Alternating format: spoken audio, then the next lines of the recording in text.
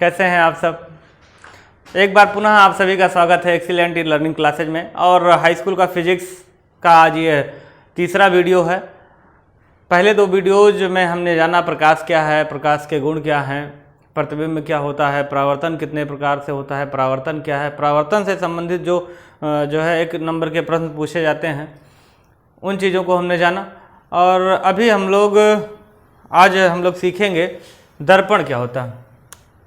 दर्पण, जिसको अंग्रेजी में मिरर कहते हैं। मिरर ये एक चमकदार पारदर्शी माध्यम होता है जिसके एक पृष्ठ पर कलई लगा होता है। कलई का मतलब होता है पेंट। ये एक चमकदार पारदर्शी माध्यम है जिसके एक पृष्ठ पर पेंट लगा होता है। अब पारदर्शी माध्यम में हमको आसानी से कांच मिल जाता है। एक कांच ले लेते हैं और उसके पृष्ठ पर, एक पृष्ठ पर, पिछले पृष्ठ पर कलई लगा देते हैं। एक पृष्ठ पर जब पेंट लग गया तो ऊपर वाला जो पृष्ठ है, इससे आने वाली प्रकाश की किरण अब आर पार नहीं जा सकेगी, उसके लिए यह पारदर्शी माध्यम बन गया। और यहाँ पर परावर्तन की घटना होगी। परावर्तन की घटना, प्रकाश जिस माध्यम से प्रकाश का किरण आता है उसी माध्यम में वापस लौट जाता है, तो परावर्तन की घटना होगी। इस प्रकार से बने निकाय को हम लोग दर्पण कहते हैं। फिर से सुन लीजिए, दर्पण वह युक्ति है, वह निकाय है जिसमें एक पारदर्शी माध्यम होता है, एक चमकदार पारदर्शी माध्यम होता है जिसके एक पृष्ठ पर पॉलिश लगा होता है। ये दो प्रकार का होता है।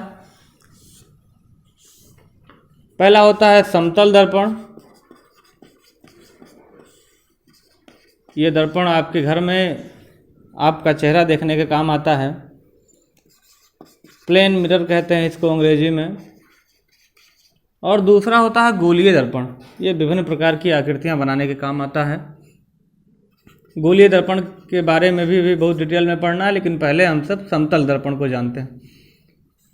गोलीय दर्पण को अंग्रेजी में स्फेरिकल मिरर कहते हैं।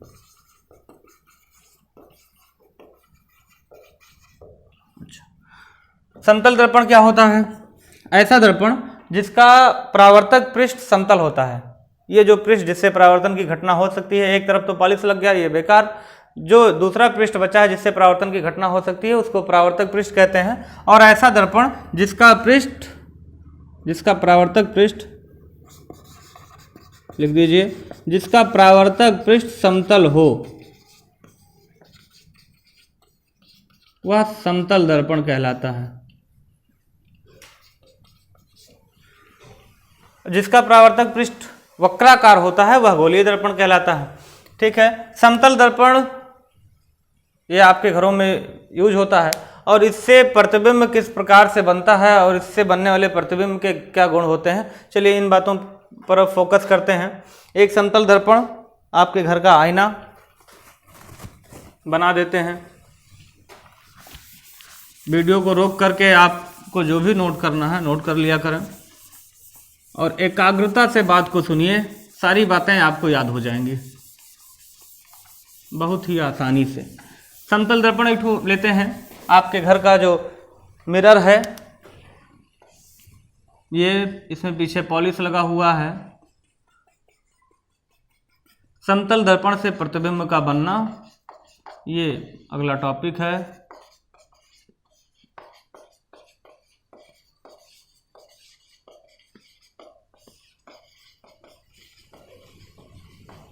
अंग्रेजी में अगर इसी हेडिंग को डालना है आपको सीबीएसई बोर्ड वालों के लिए, इमेज फॉर्मेशन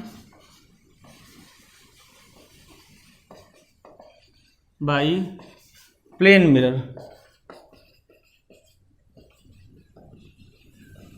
चलिए, प्रतिबिंब बनाने का अभी आपका ये जो है शुरुआत हो रहा है, आरंभ हो रहा है। और प्रतिबिंब बनाने के लिए किसी भी वस्तु से दो किरणें आपको निकालनी होती हैं।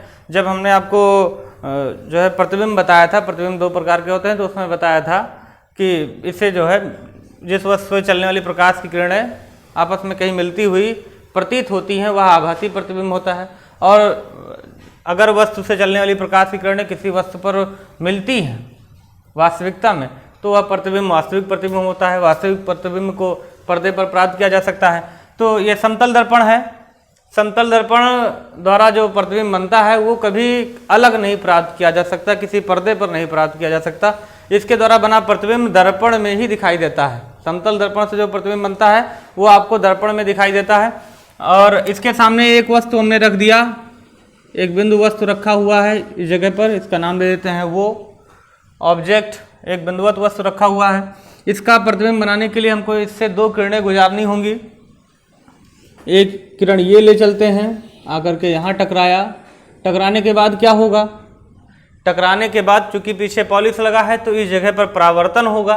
परावर्तन होगा तो परावर्तन के लिए क्या करेंगे आप, इस पृष्ठ पर एक अभिलंब खींच लीजिए।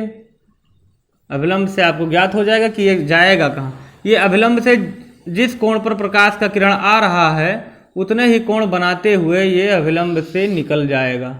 यही तो तरीका होता है। एक और प्रकाश का किरण ले चलते हैं नीचे की ओर,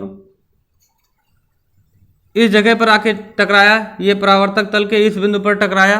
इस बिंदु पर भी एक अभिलंब खींच लीजिए ताकि आपको निर्गत किरण का पता लगे। यहाँ पर टकराने के बाद में ये प्रकाश का किरण जिस कोण पर आ रहा है उसी कोण पर यहाँ से फिर वापस लौट जाएगा परावर्तन के नियमानुसार। अभी देखिए दोनों किरणें एक दूसरे से बहुत दूर भागी जा रही हैं। ये वास्तविकता में ये दोनों किरणें कभी नहीं मिलने वाली हैं। वास्तविकता में कभी नहीं मिलती हैं तो क्या करते हैं कि हम इन किरणों को पकड़ करके और जबरदस्ती मिलाने का प्रयास करते हैं। नहीं तुम मिलो भी, मिलोगे नहीं तो प्रतिबिंब कैसे बनेगा। ये देखिए इस जगह पर ये किरणें मिलती हुई प्रतीत होती हैं और यही इस बिंदु वस्तु जो वो है इसका ये प्रतिबिंब वो डैश प्राप्त हुआ। एक खास बात कि ये दर्पण कभी झूठ नहीं बोलता।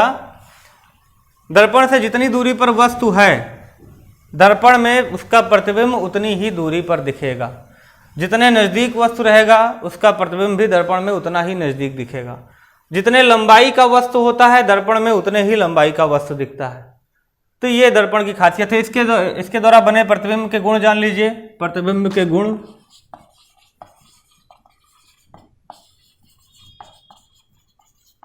पहला जो गुण है समतल दर्पण द्वारा जो बना प्रतिबिंब है उसका जो पहला गुण है कि इसका प्रतिबिंब आभासी होता है। आभासी एवं सीधा, आभासी एवं सीधा प्रतिबिंब है।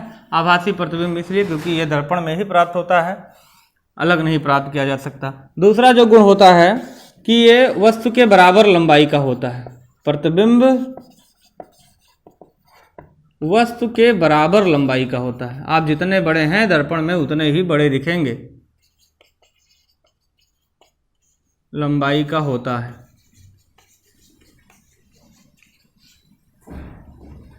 तीसरा जो इसका गुण है कि अगर यह ऊंचाई का कोई वस्तु है, यह ऊंचाई का वस्तु है तो उसको पूरा का पूरा देखने के लिए h/2 उसके आधे ऊंचाई का दर्पण होना चाहिए।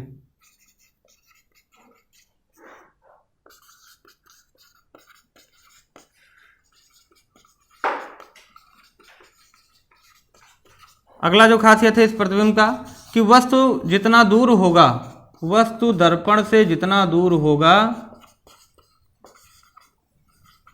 जितना दूर होगा दर्पण में उतना ही दूर प्रतिबिंब बनेगा, उतना ही पीछे प्रतिबिंब बनेगा। दर्पण में उतना ही पीछे प्रतिबिंब बनेगा, जितना आगे होगा उतना ही आगे बनेगा। एकदम से आप दर्पण से चिपक जाएंगे, अपना नाक लड़ा देंगे तो प्रतिबिंब भी नाक लड़ा देगा। ऐसा किया होगा आपने? नहीं किया हो तो आज करना। दर्पण से आप दूर खड़े होगे तो आपका प्रतिबिंब भी उसमें बहुत पीछे दिखाई पड़ेगा दर्पण में, और जितने आप उसके नज़दीक जाते जाएंगे उतना ही नज़दीक दिखाई पड़ेगा। ठीक है। समतल दर्पण द्वारा प्रतिबिंब इस तरह से बनता है और कहीं पर भी प्रतिबिंब इसी तरह से भी बनाया जाएगा कि वस्तु से हमें दो किरणें निकालनी होंगी और दोनों किरणें एक दूसरे को जहाँ काटेंगी, परावर्तन हुआ, परावर्तन के पश्चात ये दोनों किरणें वास्तविकता में नहीं काट रही हैं, लेकिन हम जब इमेजिन करते हैं, कल्पना करते हैं तो ये काटती हुई प्रतीत हो रही हैं। जहाँ पर काटती हुई प्रतीत हो रही हैं वही इसका प्रतिबिंब कहलाएगा। काटती हुई प्रतीत हो रही हैं इसलिए इसको आभासी प्रतिबिंब कहेंगे। अगर वास्तविकता में काटती हैं ये दोनों किरणें, ये जो किरण इधर से आई है, जो किरण ये आई है, अगर ये दोनों किरणें वास्तविकता में काटती हैं तब इसका हमें वास्तविक प्रतिबिंब प्राप्त होता। अभी आगे आपको वास्तविक प्रतिबिंब भी प्राप्त होगा जब हम लोग गोलीय दर्पण पढ़ेंगे। और समतल दर्पण से संबंधित इन बातों को आप नोट कर लीजिए, स्क्रीनशॉट ले लीजिए।